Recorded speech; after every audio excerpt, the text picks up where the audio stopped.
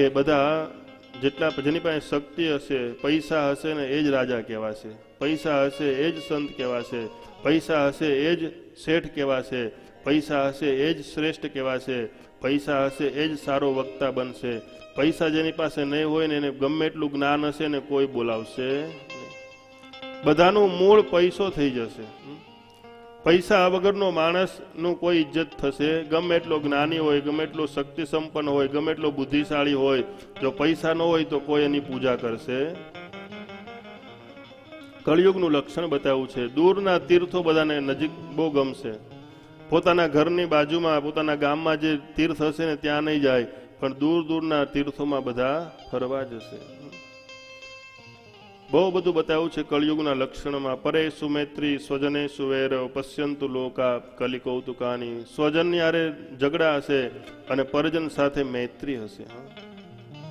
આવું કળિયુગનું બહુ ભયંકર વર્ણન બતાવ્યું છે કે કળિયુગમાં લોકો, રાજાઓ એટલું બધું શાસન કરશે, એવું બધું શાસન કરશે કે પ્રજાને નીચવીને ટેક્સના નામે આ ટેક્સ ફલાણું એ બધું એની સંપત્તિ ભેગી કરી નાખશે, પ્રજાને ખાલી કરી નાખશે, પ્રજાનું શોષણ થઈ જશે.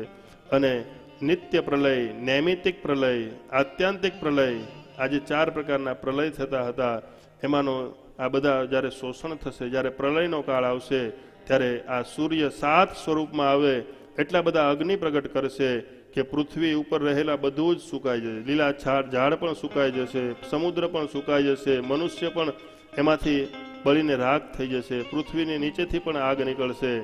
આવો પ્રલય આવશે. આ નૈમિતિક પ્રલય હોય.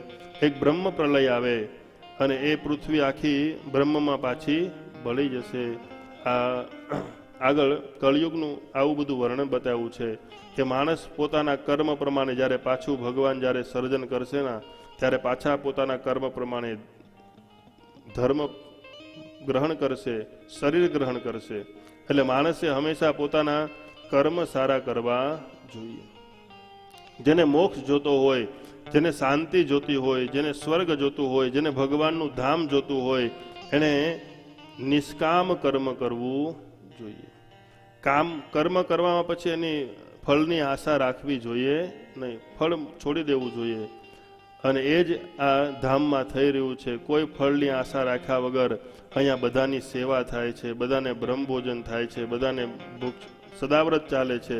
કોઈ આશા છે નહીં. એ આશા વગરનું જે કંઈ પણ કર્મ છે ને એ કોઈને બાંધતું નથી, એ બધાને મુક્ત કરે છે. કંઈક આશા રાખી હોય તો આપણે બંધનમાં પડીએ છીએ.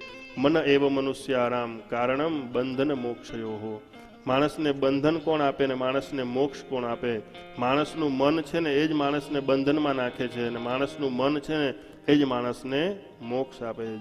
એટલે કથામાં જેને મોક્ષ જોતો હોય એને મન છે ને એને સાચવવું જોઈએ.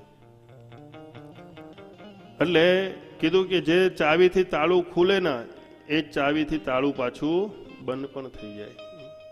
એટલે મન તમારું હોય સારું તો તમારા બંધનમાંથી તમને મુક્તિ આપે છે. મન પવિત્ર હોવું જોઈએ.